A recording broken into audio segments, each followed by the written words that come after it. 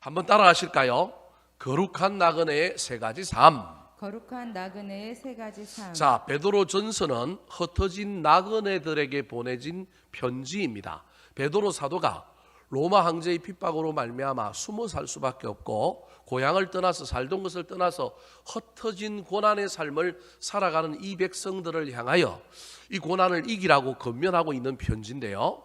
고난을 이기라고 편지하지만 사실은 고난에 대한 문제를 다루는 것이 아니라 무엇을 다루고 있냐면 믿음과 삶의 문제를 다루고 있습니다.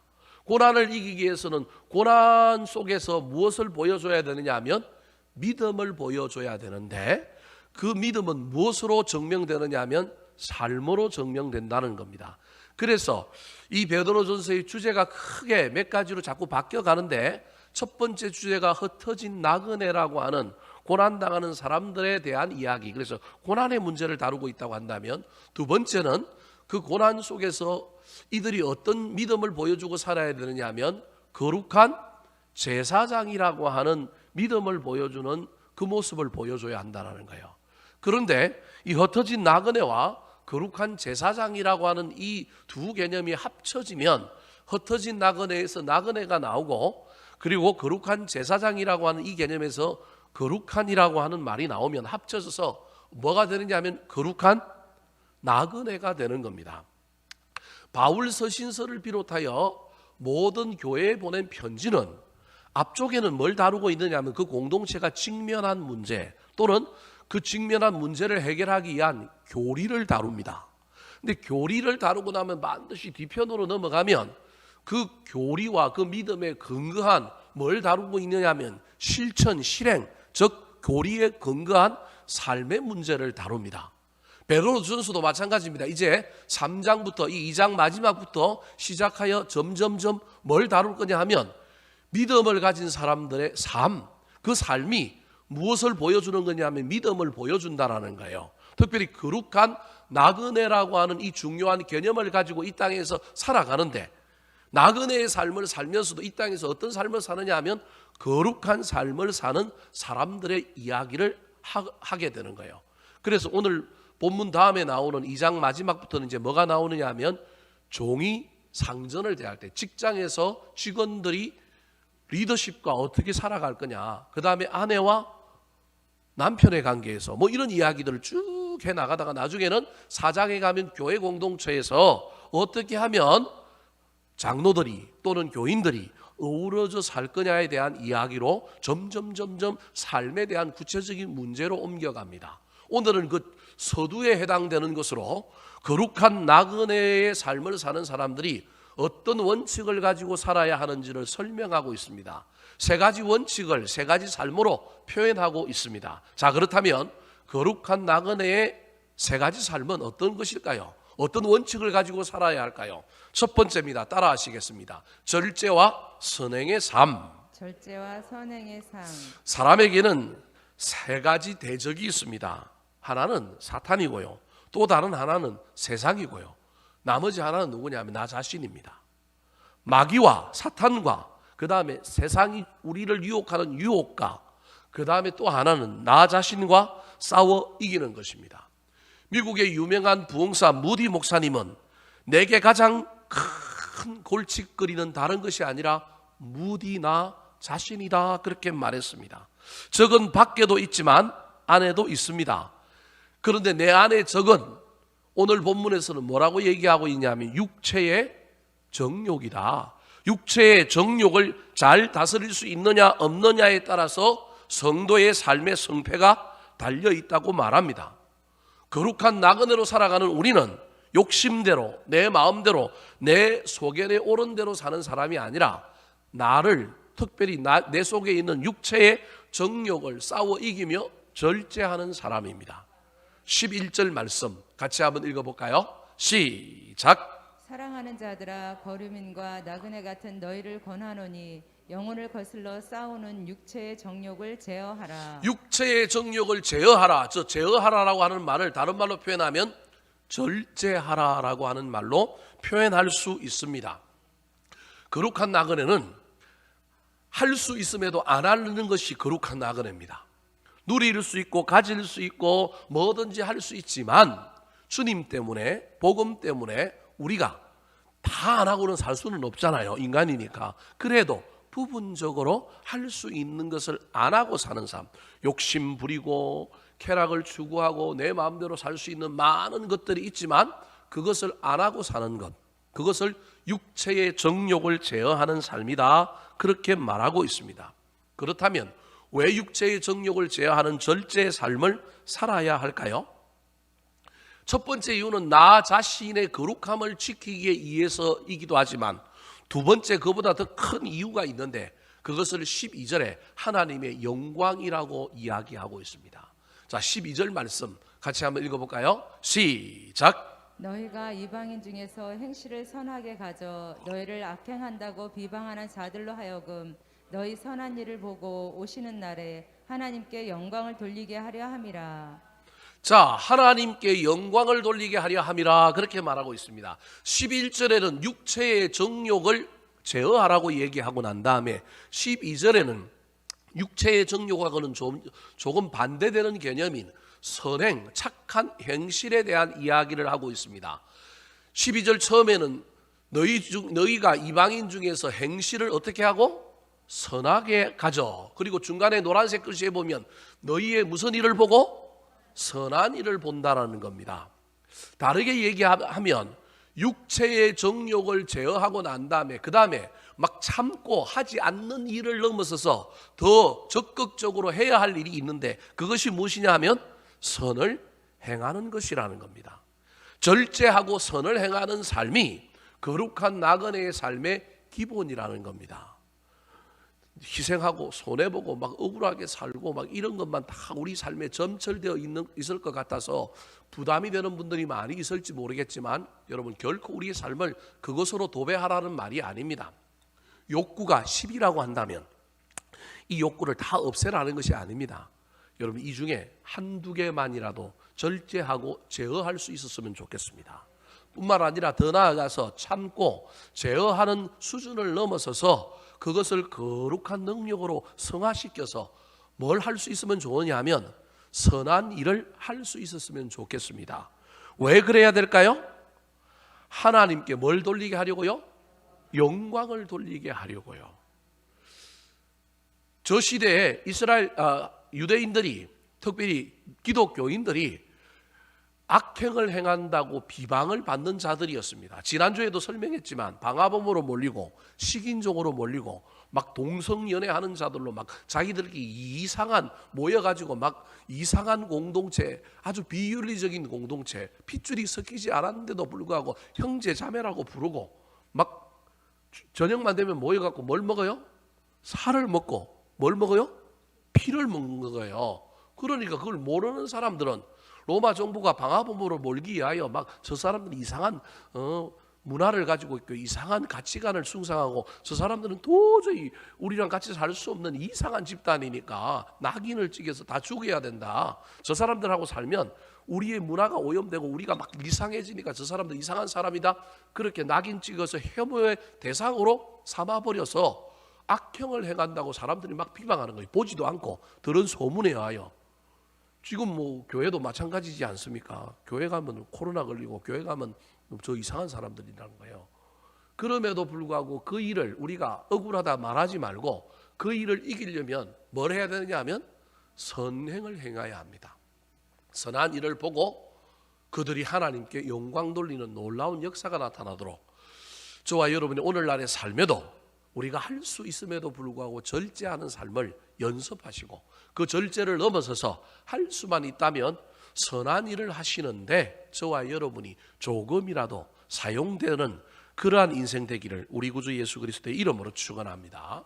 두 번째, 거룩한 나그네의 삶의 원칙, 어떤 삶을 살아야 할까요? 따라 하시겠습니다. 순종하며 사는 삶. 순종하며 사는 삶. 사람이 어떤 목표, 목적을 세우고 그것을 얻는 길이 여러 가지가 있지만 대체적으로 따지면 세 가지 방법입니다. 하나는 투쟁으로 싸워서 얻는 것입니다. 투쟁해서 싸워서 얻을 수 있습니다. 물론 이건 뭐 나쁜 방법은 아닙니다. 때로는 투쟁해서 싸워서 쟁취하여 얻어야 합니다. 그런데 이건 부작용이 생길 수도 있습니다. 그 과정에 상대방도 좀 상처를 입히고 좀 뭔가 좀 억울하게 만들기도 하고요. 나도 그 투쟁하여 얻어가는 길 가운데 나도 모르는 사이에 내 영혼도 싸움닭이 되거나 피폐해질 수 있습니다. 그래서 이 일을 하지 마라 제가 그런 얘기가 아니라 이게 부작용이 분명히 있음을 알아야 합니다. 그래서 투쟁해서 얻는 거 필요합니다. 이 인류의 역사에 그런 측면이 있습니다. 피를 흘리고 투쟁하여 민주주의를 이루고 뭔가 인권을 쟁취하고 여지껏 그렇게 왔습니다. 근데 그게 우리 삶의 주된 것만 되면 안 됩니다. 늘 싸우기만 해야 되고요. 피를 늘 흘리는 일들이 우리 역사 속에 없는 건 아니지만 그것으로 점철되면 안 됩니다. 여러분 신앙생활도 마찬가지입니다. 또 다른 방법이 있는데 그건 뭐냐 하면 굴종입니다. 굴종. 쉽게 얘기하면 아부하고 사바사바 해가지고 내가 얻는 거예요. 내 속에 내가 원하는 가치, 내가 원하는 삶의 방식이 따로 있음에도 불구하고 무엇인가를 얻기 위하여 내가 가지고 있는 고귀한 가치들을 탁 내려놓고 굽신거리고 잘 보이고 아부하여 그것을 얻는 겁니다. 속 사람은 감추고 겉으로 상대방에게 맞추고 상대방에게 좋은 일을 행함으로 말미암아 그것을 얻는 것입니다. 얻기는 얻는데 내 영혼의 순수성이 좀 사라지게 됩니다. 얻기는 얻는데 내 자존심이 좀 상하게 되고요. 그렇게 얻은 걸 가지고 나도 어떻게 살게 되느냐 하면 정확한 가치, 올바른 가치를 가지고 살는 것이 아니라 그렇게 해서 뭘 얻고 나면 나도 이상하게 그 얻는 방법을 내가 손해보았다고 하기 때문에 나도 모르는 사이에 내가 갑질을 하거나 나도 좀 이상한 방식으로 그것을 다른 사람들에게 수혜하며 주면서 살 수밖에 없는 구조가 이 구조 안에 있습니다. 그래서 여러분 좀 비겁하게 무엇을 얻고 나면 그 비겁하게 얻은 걸 가지고 나도 좀 비겁하게 살 가능성이 많습니다. 그래서 여러분 뭐 아부하지 마라 그렇게 제가 말하는 게 아닙니다. 그럼 살다 보면 또 나를 꺾고 죽이고 남한테 맞추고도 살아야 되지 않겠습니까? 무슨 말씀이 이해되시죠? 여러분 때로는 투쟁하며 살기도 해야 되고요. 때로는 좀 굽심거리고 좀 속에 있는 배알도 좀 내려놓고 좀 간도 썰개도 빼주고 남한테 맞추고 살기도 해야 합니다. 근데 여러분 평생 그렇게는 살면 안 되지 않겠습니까? 그래서 우리 주님께서 때로는 투쟁해서 이길 수 있는 방법, 때로는 마가 굽실거리고 사는 이 방법을 통합하여 우리에게 주신 한 방법인데 그게 뭐냐면 자발적인 순종입니다. 말이 좀 이상하죠? 이 자발적인 순종에는 뭐도 있느냐 하면 여러분 이기고 뺏어오는 것도 있고요. 그 다음에 뭐도 있느냐 하면 남에게 맞춰주는 것도 있습니다. 우리 기독교인들의 삶에 가장 중요한 것이 이 순종입니다. 특별히 어떤 순종이냐면 자발적인 순종입니다. 저게 틀렸다는 걸 알고 저게 나쁘다는 걸 알면도 불구하고 내가 뭐 해주느냐 하면 맞춰줍니다. 근데 맞춰주는데 나중에 보니까 지가 이길 줄 알았는데 나중에 알고 보니까 누가 이기느냐 하면 순종하는 내가 이기고 내가 그것을 따오는 결과들이 있다는 겁니다. 전부 이것만 해라 제가 얘기하는 게 아닙니다. 때로는 투쟁해서 여러분 쟁취하십시오. 때로는 아부하고 조금 나를 내려놓고 맞추어서 또 얻으시기 바랍니다. 그런데 이 두 가지를 조화롭게 하나님께서 우리에게 가르쳐 주신 방법인데 그게 바로 예수님께서 하신 무슨 방법이냐면 자발적인 순종의 방법입니다. 여러분 할 수만 있다면 자 앞에 있던 투쟁의 방법, 그 다음에 두 번째 이야기했던 여러분 저와 여러분이 때로는 간도 설계도 빼놓고 남한테 맞춰져서 그 사람의 마음을 얻어서 뭔가를 얻는 것, 이것 없을 수는 없습니다. 그런데 저와 여러분의 인생 가운데 할 수만 있다면 자발적인 순종함으로 손해보는 것 같고 뭐 억울한 것 같지만 나중에 이기게 해주시는 놀라운 하나님의 은혜를 많이 경험했으면 좋겠습니다. 오늘 본문 속에 있는 이 베드로 사도가 보낸 편지를 받는 사람들은 누굴 피해온 사람이냐 하면 로마 황제를 피해온 사람입니다. 억울한 사람들입니다. 신앙의 자유를 위하여 이들이 많은 것을 포기하고 기득권, 터전 이런 걸 다 포기하고 지금 막 터키, 북동북 산악지대에 가파도기아 뭐 이런 지역에 와가지고 지금 숨어 살고 있는 이 사람들한테 육체의 정욕을 제어하고 선한 일을 행하라. 여기까지는 이해가 되는데 그 다음에 무슨 말을 할까요? 사도 베드로가 자 13절 14절 말씀 같이 한번 읽어볼까요? 시작. 인간의 모든 제도를 주를 위하여 순종하되 혹은 위에 있는 왕이나 혹은 그가 악행하는 자를 징벌하고 선행하는 자를 포상하기 위하여 보낸 총독에게 하라. 여러분 잘 보십시오. 인간의 모든 제도를 순종하라는 거예요. 다르게 얘기하면 인간의 모든 제도는요, 여러분 오해하지 말고 들으십시오. 인간의 모든 제도는 리더십과 따르는 자로 구성되어 있습니다. 이 땅의 모든 제도는 여러분 다 이렇게 되어 있습니다.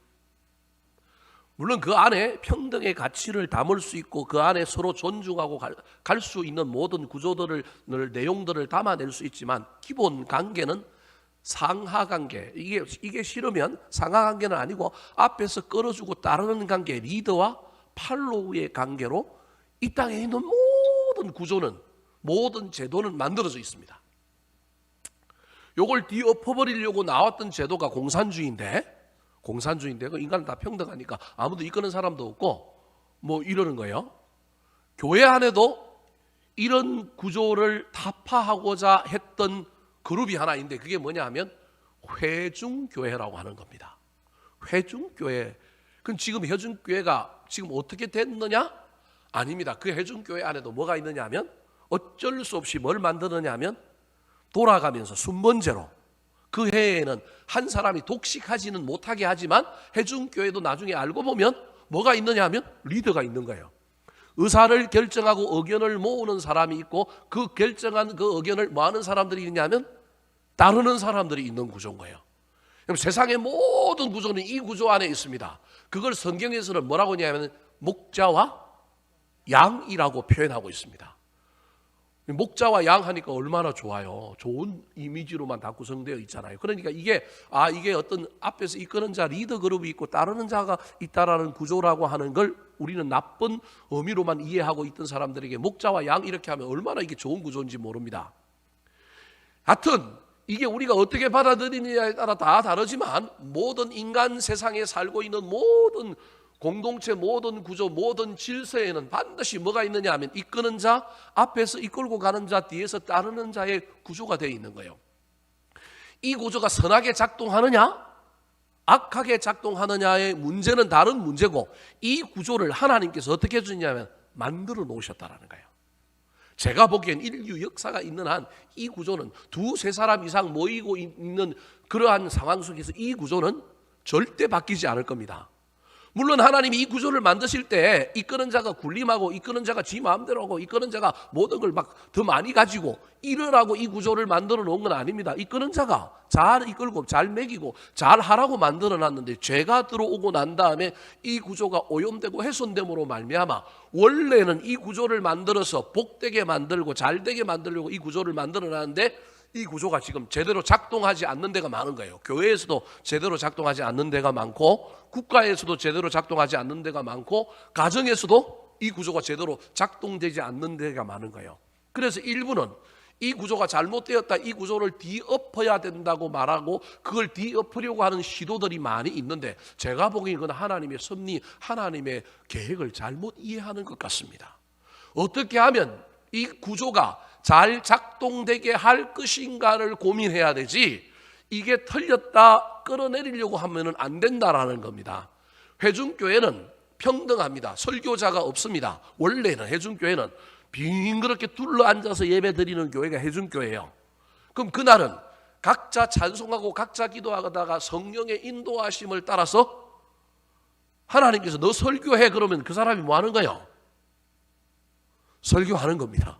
말이 좀 이상하죠? 그러니까 회중교회 안에는 설교자라든지 다른 직분자가 없어요. 사실은 없어야 맞는 거예요. 없는 거예요. 그날 따라 하나님 성령님의 인도하심을 따라서 찬송 몇 장 부르겠습니다. 먼저 나서서 얘기하면 그 찬송 부르면 그게 하나님의 뜻인 거예요. 말이 좀 이상합니까? 근데 이게 얼마나 아름답게 얼마나 잘 성숙한 공동체면 얼마나 잘 갈 수 있는지 모릅니다.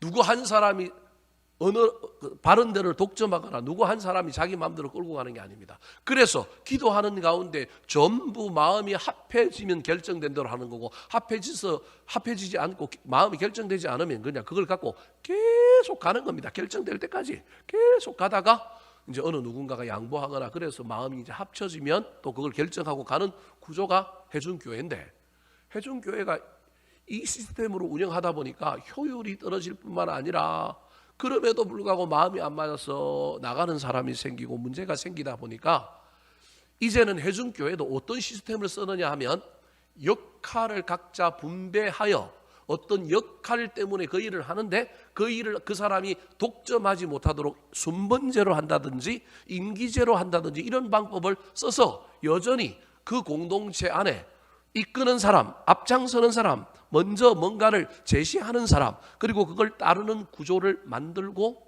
가는 거예요. 무슨 말씀이 이해되셨죠? 그러니까 모든 조직에는 그게 있다라는 거예요. 자, 오늘 제가 무슨 얘기를 하려고 얘기하고 있느냐 하면 지금 하나님께서 베드로 사도를 통하여 이 흩어진 나그네 된 공동체에게 뭐라고 얘기하고 있냐면, 저기 보니까 인간의 모든 제도를 순종하라는 거예요. 인간의 모든 제도를 순종하되, 근데 왜 순종해야 되느냐 하면 순종하는 것이 누구를 위하는 거라고요?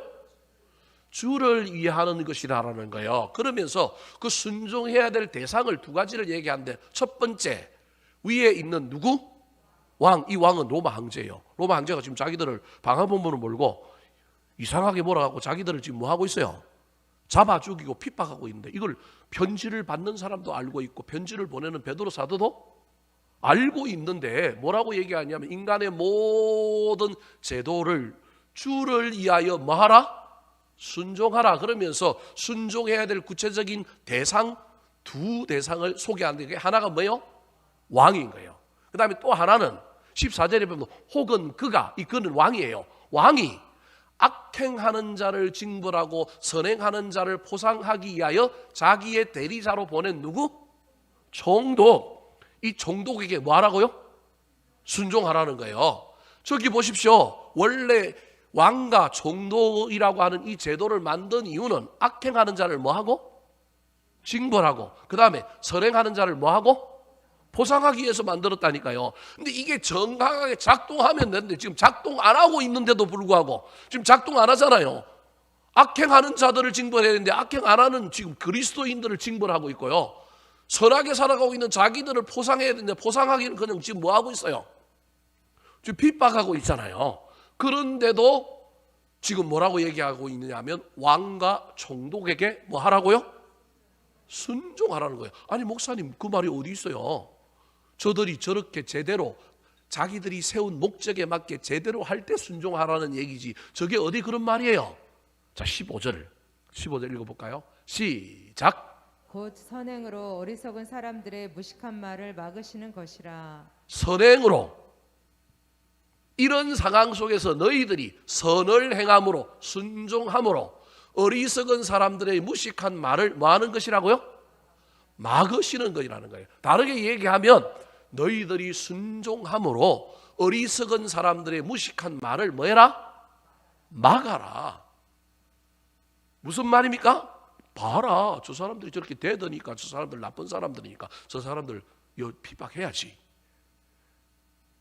그래서 선행으로, 순종함으로 그 사람들이 원래 세워진 목적대로 있지 않을지라도 순종하라는 거예요. 제가 이제 목사니까 교회 안에서 저한테 순종하라고 여러분이 이 얘기를 하는 거 아닌가 오해할까 봐 여러분 절대 오해하지 말고 들으시기 바랍니다.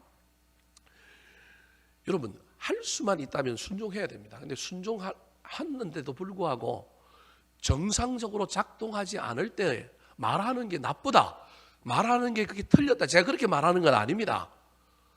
말해야 합니다. 말하는 게 나쁜 게 아닙니다. 말해야 합니다. 근데 오늘 본문 뒤에 보면 어떻게 말하라고 얘기하냐면 존경하며 말하라고 얘기하고 있습니다. 저 구절이 아니고 이제 세 번째 제가 다시 이야기할 텐데, 존중함으로, 존대함으로 말하라고 이야기하고 있습니다. 그게 16절과 17절에 나오는 거예요. 존중과 존대함으로라고 하는 말이 나온 이유가 거기 있어요. 그러니까 말하지 말라는 얘기가 아니라 말하라는 거예요. 근데 막 우락부락하게, 막 감정 상하게, 막 이미 판단하여 틀렸습니다, 그렇게 말하지 말고 아주 아로새긴 언쟁반의 금사과처럼 그렇게 말을 존중하고 존대함으로 말을 하라는 거예요. 말하는 것까지 순종이 아니다, 이 말하는 게 아닙니다. 그 말은 그건 그렇게 말하고 뭐 제안하고 뭔가 건의하는 게 틀렸다라는 얘기가 아니에요. 그것도 순종인데, 그런데 그 말을 했는데도 불구하고 안 받아줄 때, 그러면 참고 또 기회를 엿보고 또 이야기를 하다가, 성경에 그런 말은 없지만 제 개인적으로는 몇 번 얘기하라고요? 네, 3번 정도는 할 수 있다. 3번 얘기했는데도 안 하면 뭐 4번도 할 수 있고 6번도 할 수 있고 7번도 할 수 있는데, 우리 인간이 제 경험상 3번 이야기할 때 3번까지는 존중하며 존대하며 말할 수 있는데, 4번째부터는 존중하며 존대하며 말이 안 되더라는 거예요. 내가 안 되더라는 거예요. 그래서 감정이 섞이기 시작하고, 그때부터는 이건 순종의 차원에서 말하고 있는 게 아니라 이제는 대적과 거역의 차원에서 말하기 때문에 3번 정도까지는 말하고, 그 다음에 상대방이 듣든지 안 듣든지 그 다음에 뭐 하라고요? 순종하십시오. 나머지는 누가 해결할 거라고요? 하나님이 해결할 거라는 거예요. 하나님이.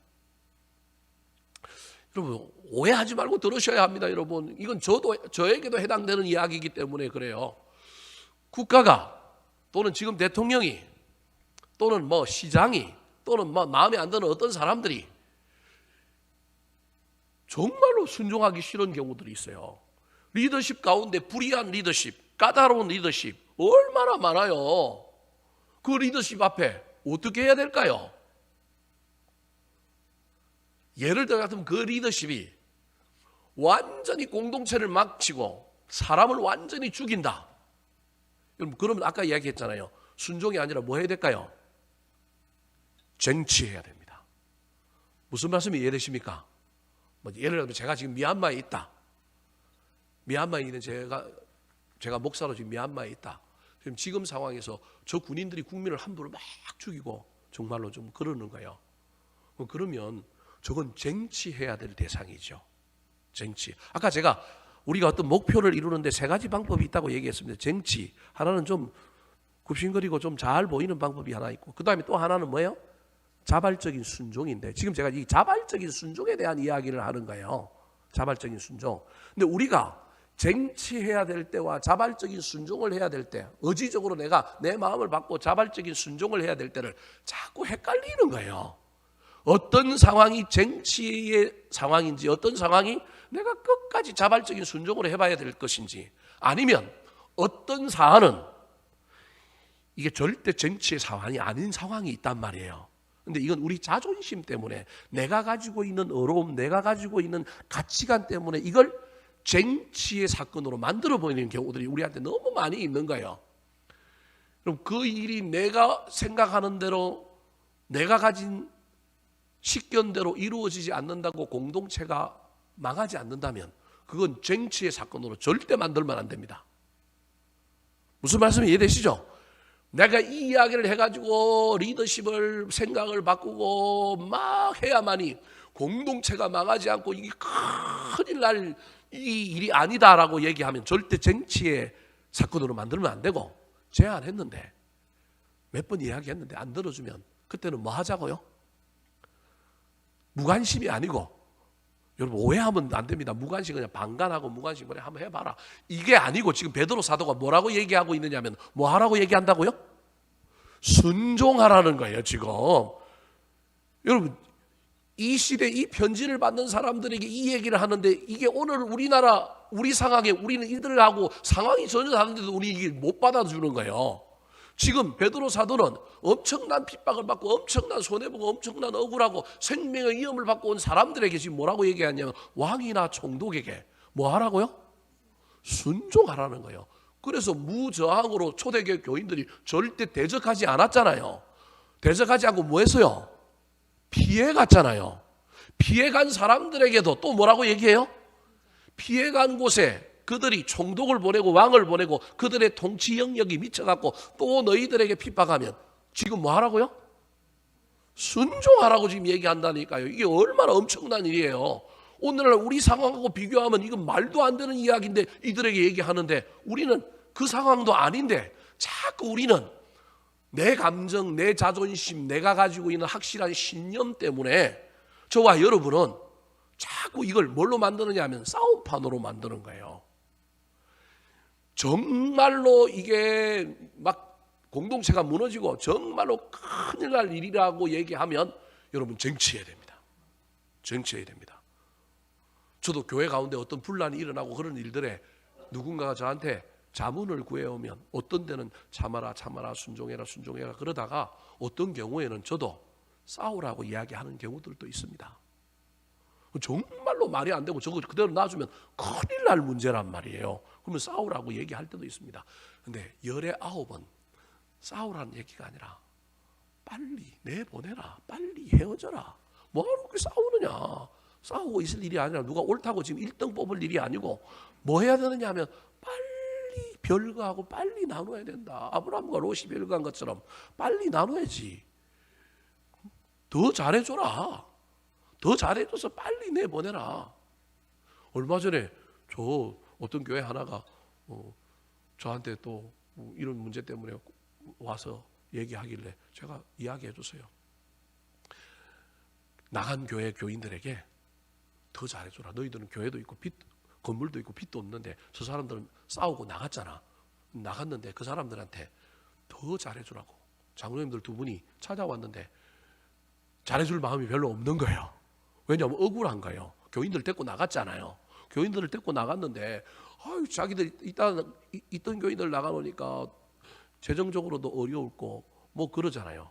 근데 나간 팀은 상가를 세를 얻어서 나갔고 자기들은 빚은 없는데 뭐 어디에 있어요?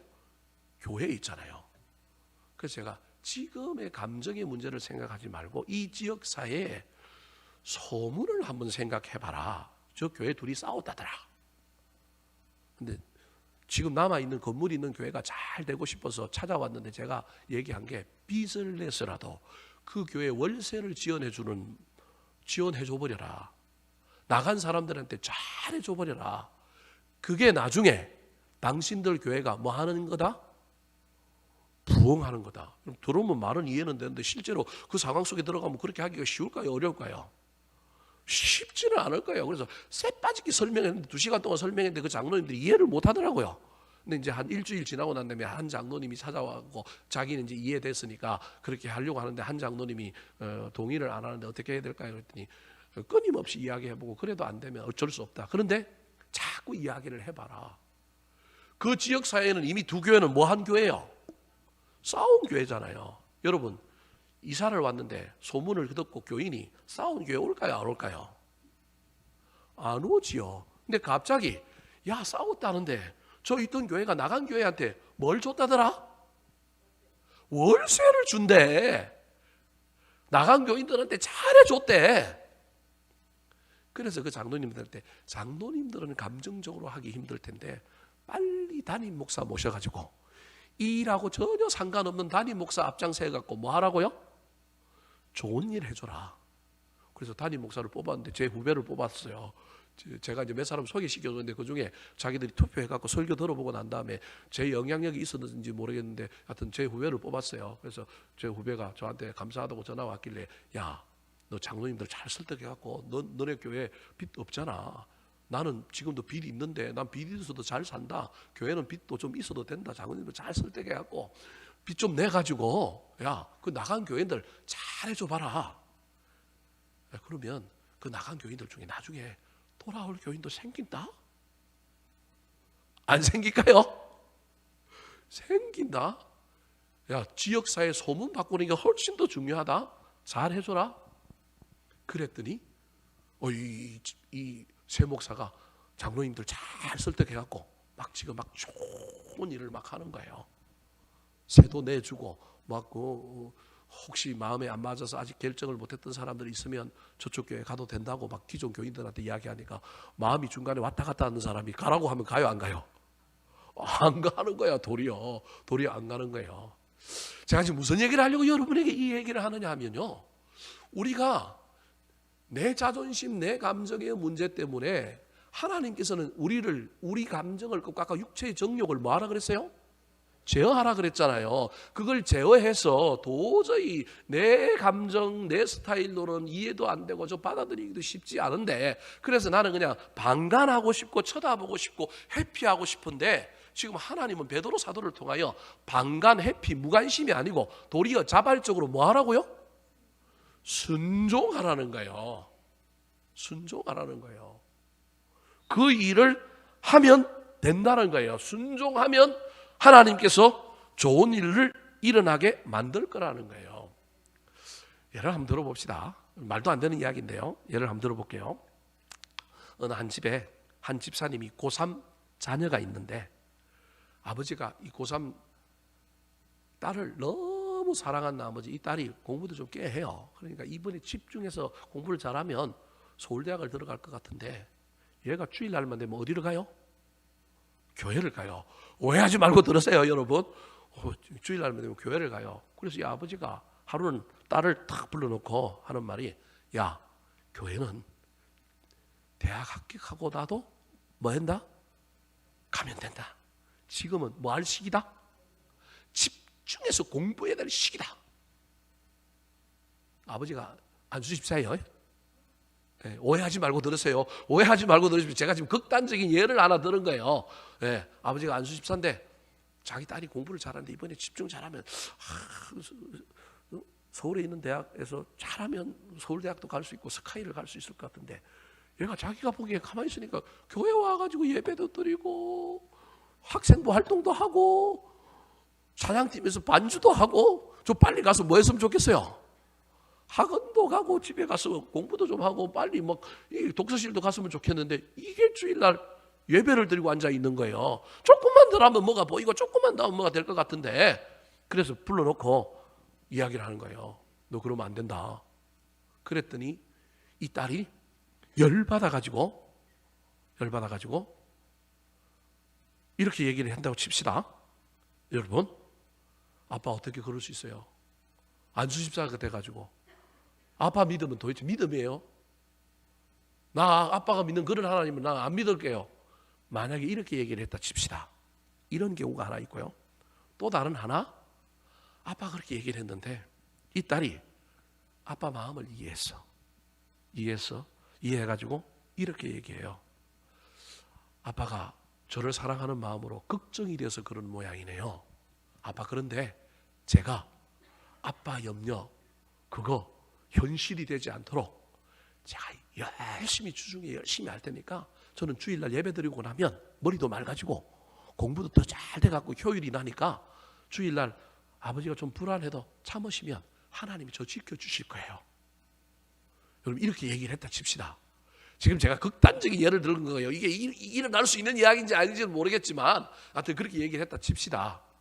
그럼 제가 지금 무슨 얘기를 하려고 하느냐 하면 아버지가 왕가 총독에 해당되는 지금 그런 사람이라고 치고 딸이 지금 이 편지를 받는 흩어진 나그네라고 치면 지금 교회 못 나가라고 지금 아버지가 지금 뭐 한 거예요?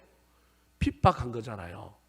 그러면 이걸 지금 아버지의 이야기에 순종하라고 하는 이야기를 우리는 이 본문 속에서 이 이야기 속에 이야기할 때 그러면 아버지가 교회 가지 말라 그랬으니까 어떻게 하라고요? 교회 안 가는 것이 뭐라고 받아들이는 거라고요? 순종하는 거라고 자꾸 받아들인다는 거예요. 그럼 그 얘기가 아니에요. 순종하라고 하는 이야기가 그 얘기가 아니라는 거예요. 내 얘기를, 내 관점을 지금 딸이 아버지의 마음을 이해하고 받아주면서 아버지를 업신여기거나 아버지를 대적하거나 아버지랑 싸워서 막 자기가 옳다고 우기는 게, 내 신앙이 옳다고 우기는 게 아니라 아버지에게 존중하는 마음으로, 존대하는 마음으로 자기 생각을 이야기를 하는 거예요. 그런데도 아버지가 예를 들까 되면 가지 마라 이랬을 경우에 어떻게 할 거냐의 문제는 그 다음 문제지만 지금 처음에 사도 베드로가 이 흩어진 나그네를 향하여 하고 있는 이야기는 너희들에게 불의한 일을 시키고 무슨 일을 시키더라도 그 일 속에 예를 들 것 같으면 좀 자기 생각 또 우리가 가지고 있는 말들을 이야기를 해보고 해도 안 들어주면 뭐 하는 게 좋으냐 하면 들어주고 순종하는 것이 좋다 그렇게 얘기한다는 거예요. 우리 예배가 걸려 있으니까 아니 그러면 이 딸이 주일날 뭐 하지 말라고요? 예배하지 말라는 말이냐? 아니요, 아버지가 얘기한 게 그게 아니고 예배하지 말라는 게 아니고, 지금 예배하지 말라 그랬으면 아까 제가 첫 번째 우리 인간이 목표를 성취하는 세 가지 방법 중에 뭘 해야 돼요? 쟁취해야 되는데, 지금 이 아버지가 말은 그렇게 심하게 했지만 너 주일 예배만 드리고 나머지 시간은 뭐 했으면 좋겠다라는 거예요. 네, 학교 갔으면 좋겠고 학원 갔으면 좋겠고 공부했으면 좋겠다라는 얘기라는 거예요. 근데 우리는 모든 일들을 너무 극단적으로 해석하여 반응할 때가 너무 많아서 순종이라고 하는 개념을 너무 극단적으로 이해하는 경우들이 많다라는 거예요.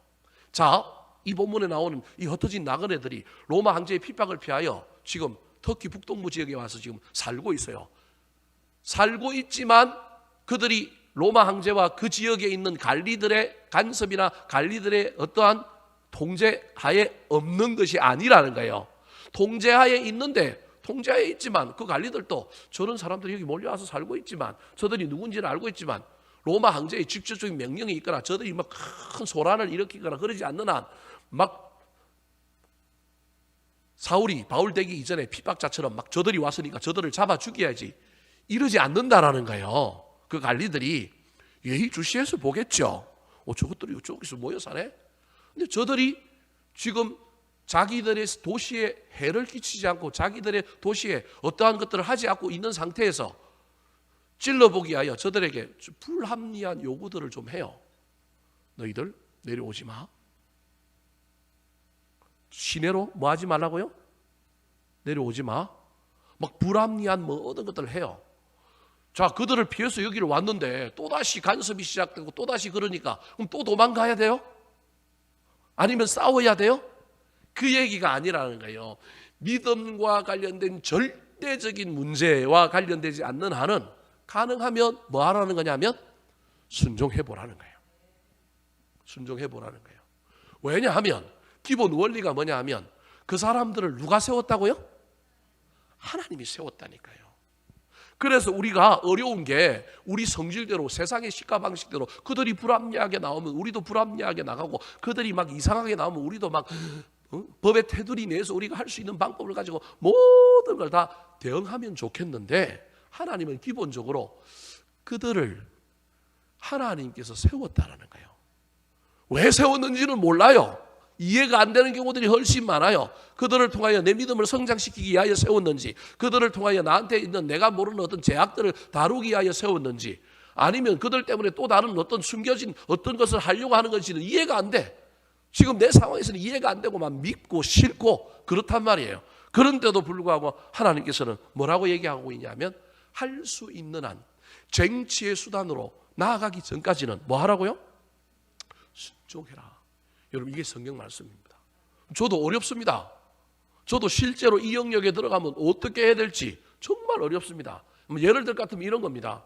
제가 고등학교 3학년 때 비평준화 지역에, 뺑뺑이 돌리는 데가 아니라 비평준화 지역에, 그 지역에 있는 가장 공부 잘하는 애들만 모아놓은 학교를 다녔어요. 저도 섬인데도 도시로 이제 그 학교를 간 거예요. 그러니까 200점 만점에 입학시험이 200점 만점이던 고등학교, 거기에 몇 점 받아야 들어가냐면 194점 정도를 받아야 들어가요. 200점 만점에.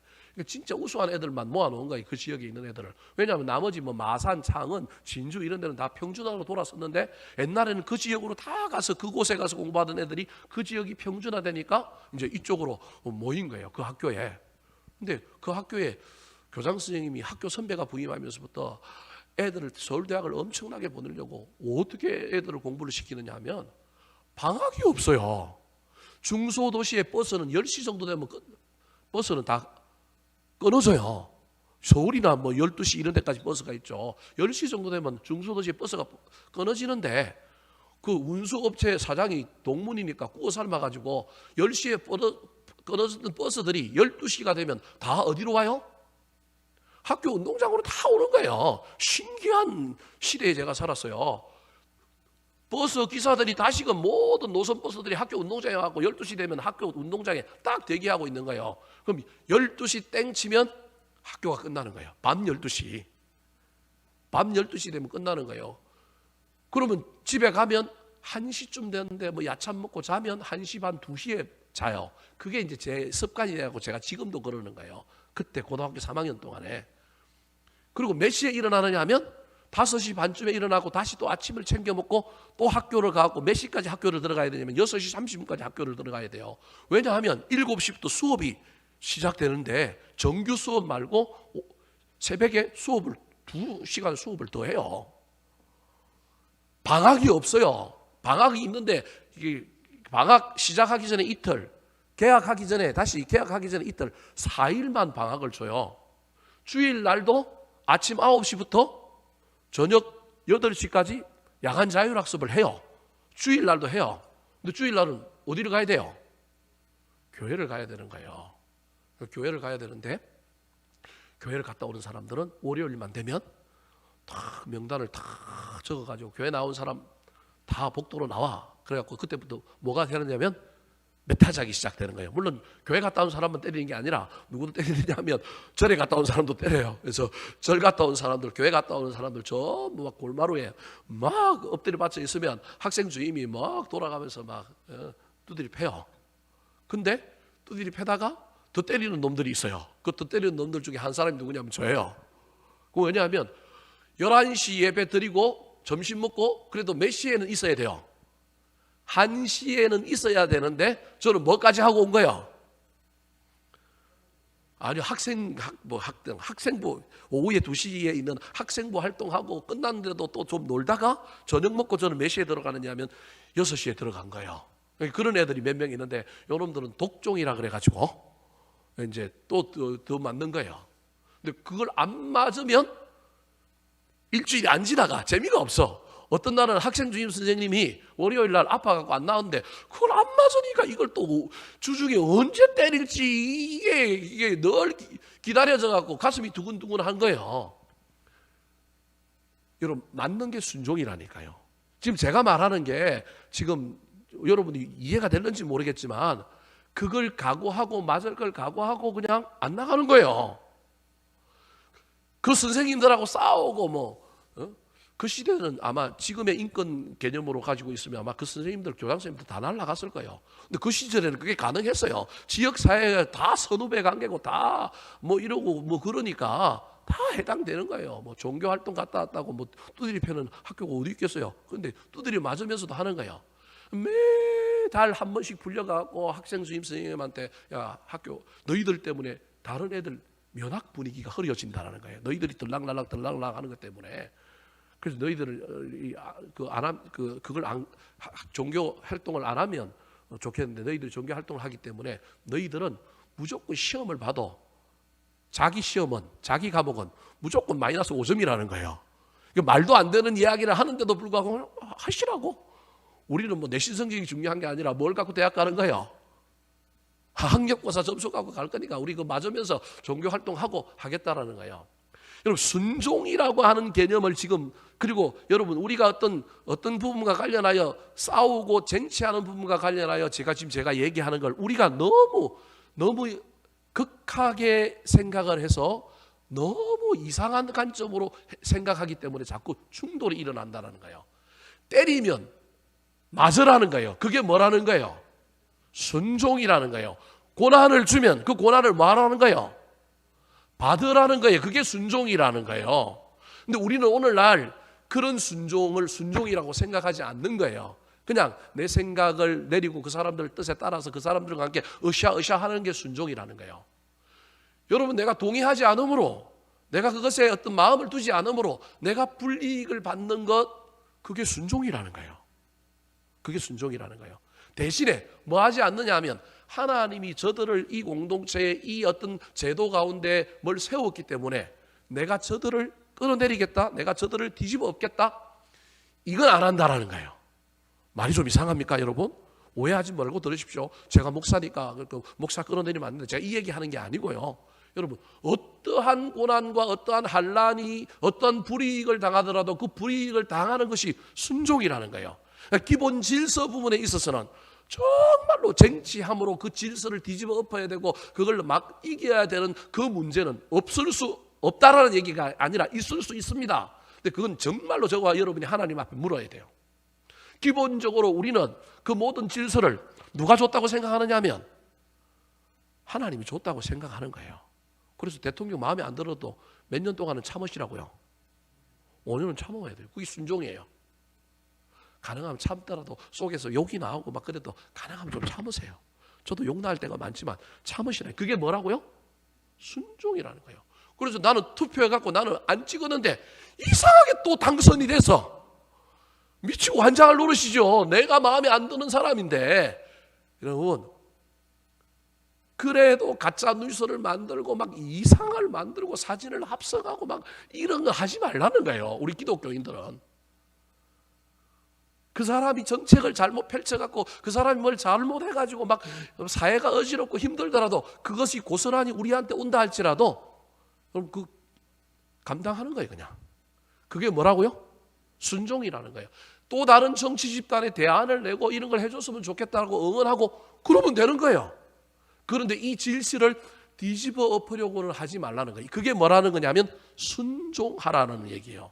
여러분, 이 순종하라는 걸 내 생각을 완전히 막 다 집어넣고 그 사람한테 응원자가 되고 그 사람을 막 따르고 그 사람과 함께 일하라라고 하는 의미로 순종하라는 의미가 얘기가 아니라는 거예요.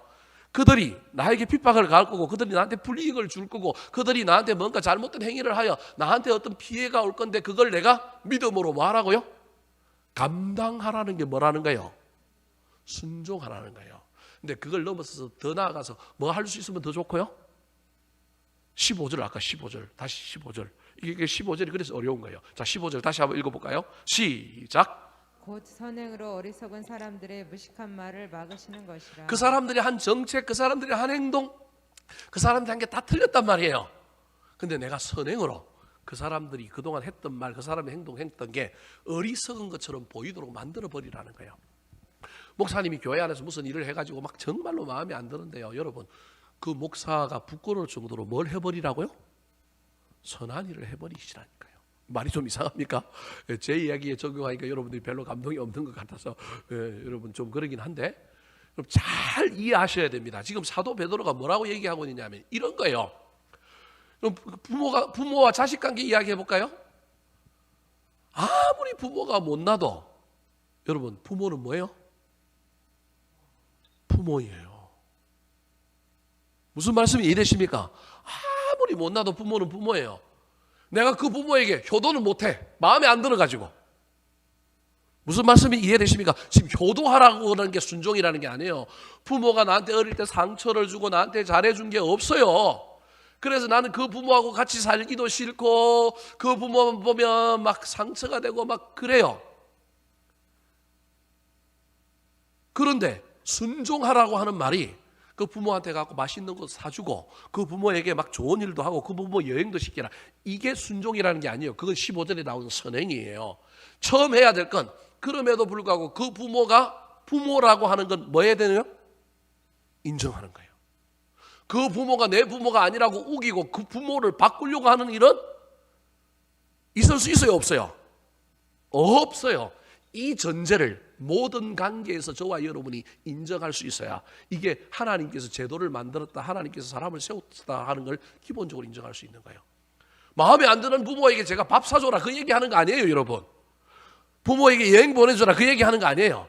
근데 이제 15절은 그 다음 한 단계를 넘어서서 그런 부모일수록 그 부모가 부끄러워할 수 하도록 그 부모가 나중에 이 세상을 마감할 때 나를 보고 그 부모가 부끄러워하도록 그 부모에게 뭐 하라?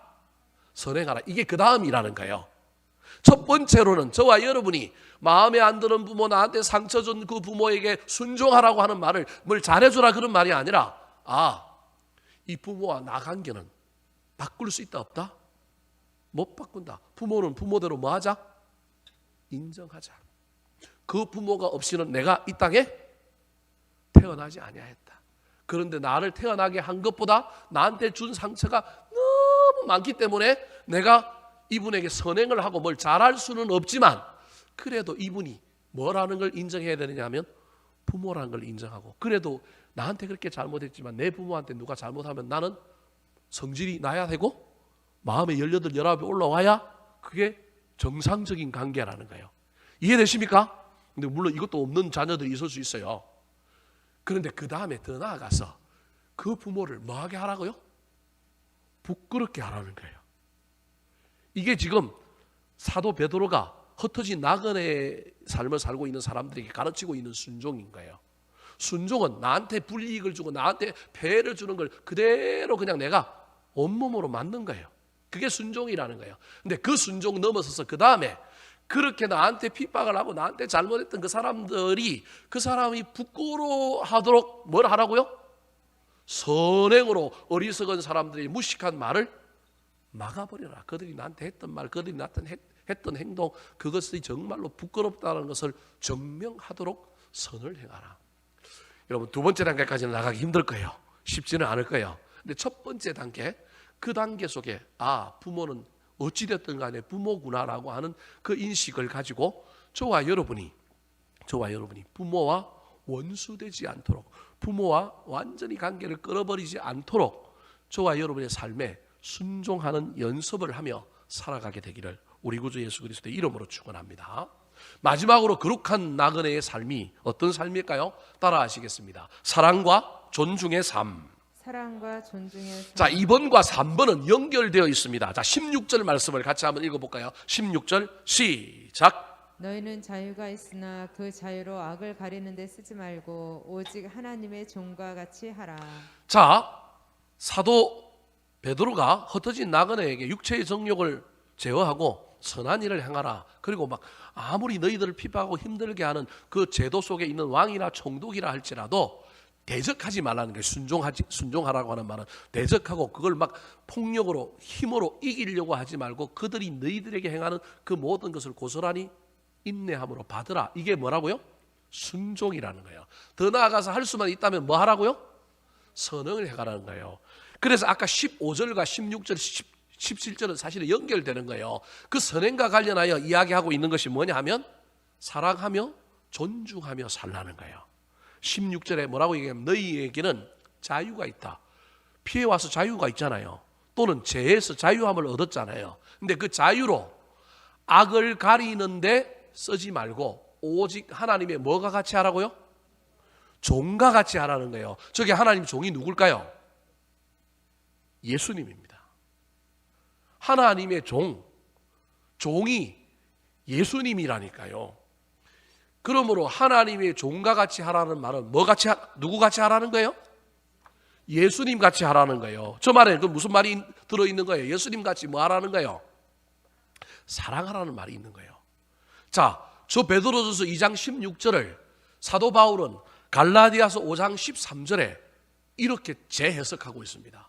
같이 한번 읽어볼까요? 시작. 형제들아 너희가 자유를 위하여 부르심을 입었으나 그 자유로 육체의 기회를 삼지 말고 오직 사랑으로 서로 종노릇 하라. 오직 사랑으로 서로 뭐 하라고요? 종노릇 하라는 거예요. 그러니까 거룩한 나그네의 삶은 육체의 정욕을 제어하는 절제의 삶이고 더 나아가서 선을 행하는 삶인데 이 선을 행하는 삶은 나중에 뭐하고도 관련이 있냐면 순종하고도 관련이 있는 거예요. 불의한 권력자들이 우리를 핍박하고 우리를 힘들게 할 때 그 힘들게 하는 것 때문에 너무너무 힘들어서 저것들을 한번 이겨볼까 저것들을 한번 싸워서 무너뜨려 볼까 이러지 말고 그들이 나한테 주는 핍박 힘겹더라도 그걸 뭐 하라고요? 받으라는 거예요. 견디라는 거예요. 그게 뭐라고요? 순종이라는 거예요. 근데 더 나아가서 뭐도 해보라고요?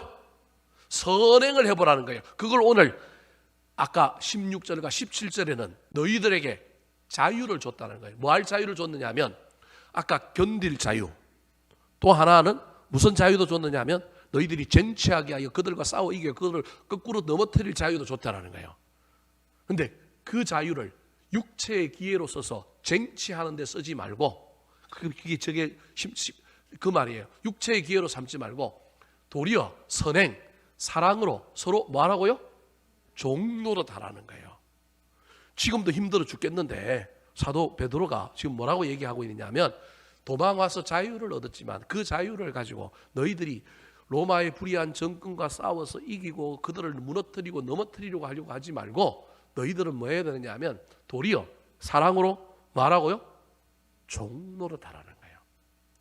그래서 그 당시 그들에게 최고의 문제였던 로마 황제의 핍박 이것과 관련하여 순종함으로 그 핍박을 견디고 그 핍박을 넘어서서 그들을 향하여 그 사회를 향하여 선을 행하는 이 일을 하면 다른 모든 관계에서 생기는 놀라운 성품을 17절에 이렇게 설명하고 있습니다. 자, 17절 말씀 같이 한번 읽어볼까요? 시작. 뭇 사람을 공경하며 형제를 사랑하며 하나님을 두려워하며 왕을 존대하라. 저기 누굴 존대하라고요?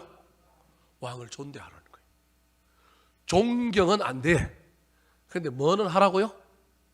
존대는 하라는 거예요. 무슨 말이냐 하면요, 이런 거예요. 우리는 학정 편향의 시대에 살고 있기 때문에 저 사람을 내가 싫어하는데 저 사람이 하는 모든 말은 나쁜 말이고 모든 말은 틀린 말이라는 거예요. 근데 존대하는 사람은 구분합니다. 구분합니다. 저 사람이 이 말을 했기 때문에 싫고 미운 게 아니라, 아, 저 말은 저 사람이 한 말이지만 저 말은 괜찮은 말이네. 근데 내가 저 사람을 싫어하기 때문에 적극적으로 따를 수는 없지만 저 말은 내가 뭐 하리라? 존대하리라, 존경하리라, 존중하리라. 그 존중하는 태도. 그래서 학정 편향에 사로잡혀갖고 막 우겨가지고 까고 틀렸다고 얘기하는 것이 아니라 그걸 그대로 인정해주는 게 존중과 존대입니다. 저와 여러분의 삶에 이 원리를 잘 기억하지 못하면 우리의 삶이 자꾸 싸움닭이 되고요, 어느 한 진영에 속해가지고 자꾸 저와 여러분이 거룩함을 잃어버릴 가능성이 많습니다. 그래서 한번 미운 털이 박힌 놈은요 계속하여 틀린 놈이 되는 거예요. 여러분, 사람이 절대 그렇지 않습니다. 사람에게 다 장단점이 있습니다. 배울 것이 있고요, 어떤 건 저 사람이 정말 말도 안 되고 저 사람은 상종도 하기 싫지만요, 자세히 보십시오. 상종하기 싫은 그 사람에게도 뭐는 있어요? 장점도 있고 좋은 점도 있습니다. 그래서 뭐 해야 되냐면 우리가 공동체로 함께 살기 위하여 비록 내 편이 아니고 상대편이고 정말로 싫은 사람이지만 그 사람도 장점이 있고 좋은 것이 있음을 믿고 뭐 해야 되느냐면 존대해야 됩니다. 존대하려면 무슨 마음이 있어야 되냐면 존경은 아니더라도 존중하는 마음이 있어야 합니다. 그 존중하는 마음이 생겨서 존대하기 위하여 무 사람을 공경하고 형제를 뭐하고요? 사랑한다. 사랑하는 성도 여러분, 할 수만 있다면 저와 여러분의 삶에 우리가 가지고 있는 자유를 가지고 미워할 수도 있고 대적할 수도 있고 무시할 수도 있지만 그 자유를 가지고 여러분, 저와 여러분이 사랑하고 존중하고 존대하는 데 쓰시기 바랍니다. 자유라고 하는 것은 여러분 반드시 무엇인가를 포기하는 것을 의미합니다. 자유는 다 할 수 있는 것이 아니라 하나 하는 것을 통하여 나머지를 안 하는 것이 자유입니다. 여러분, 오해하지 말고 들으십시오. 잘 이해하셔야 됩니다. 자유라고 하는 개념은 여러분 시간의 개념과 장소의 개념 속에서 내가 무엇 하나를 선택하는 겁니다. 이걸 선택함으로 나머지 건 다 뭐 하는 거예요? 안 하는 겁니다. 포기하는 겁니다. 사실은 자유에 그런 의미가 있는 거예요. 그런데 그 자유를 가지고 저와 여러분이 내가 할 수 있는데 뭘 쓰는 것이 아니라 뭐 하는데 쓰기로 하느냐면 상대방을 향하여 또는 대적하는 사람들을 향하여, 나를 미워하는 원수들을 향하여 그들을 사랑하고 그들을 섬기고 그들에게 선행을 베푸는 것으로 선택하는 게, 그게 종노릇하는 겁니다. 종과 같이 사는 겁니다. 사랑하는 성도 여러분, 이 땅에서 저와 여러분이 살아갈 때 나는 주인 되어 살고 싶고요, 섬김을 받고 싶고요, 뭔가를 누리고 싶을 때가 참 많은데 거룩한 나그네의 삶은 바로 사랑하며 존중함으로 종의 삶을 사는 것임을 기억하여 그 삶을 향하여 달려가는 저와 여러분 되기를 우리 구주 예수 그리스도의 이름으로 축원합니다. 한번 따라 하실까요? 거룩한 나그네의 세 가지 삶. 거룩한 나그네의 세 가지 삶. 절제와 선행의 삶. 절제와 선행의 삶. 순종하며 사는 삶. 순종하며 사는 삶. 사랑과 존중의 삶. 사랑과 존중의 삶.